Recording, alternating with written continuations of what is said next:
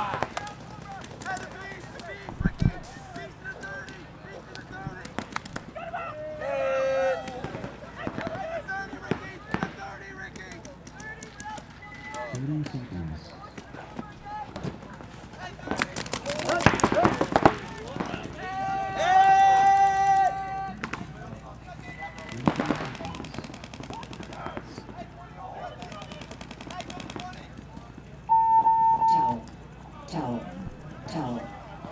Point approved.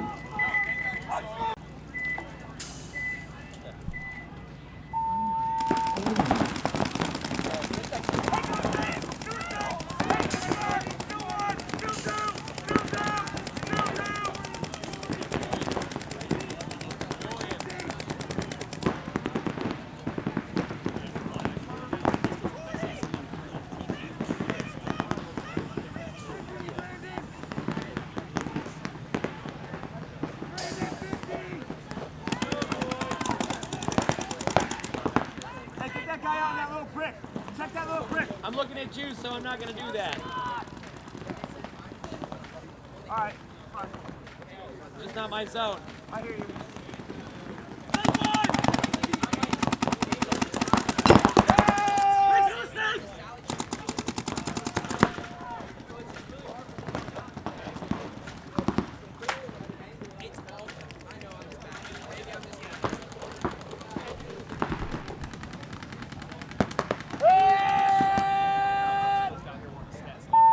Base.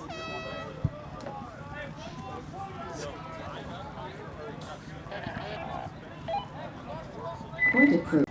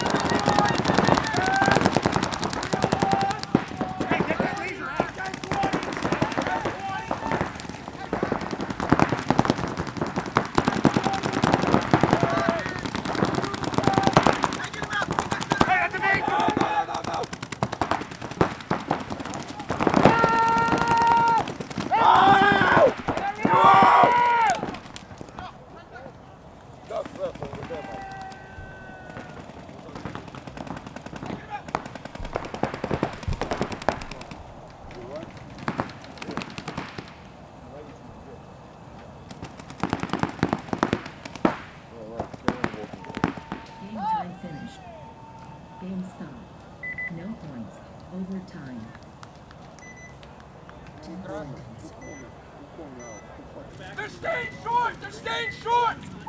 Run away! Game win.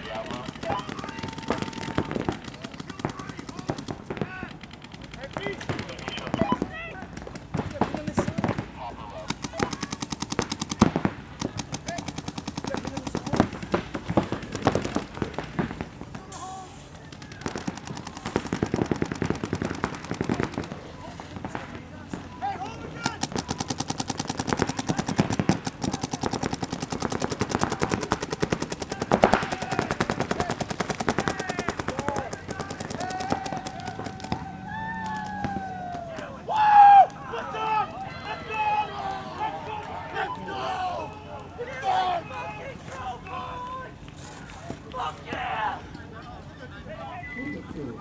Game finished. Go fucking home! What's up, nigga? That's the win today, boy! That's the win! They gave it away. Yo, I told you 25 times. Every time you go to that god, you're dying out of that fucking spot.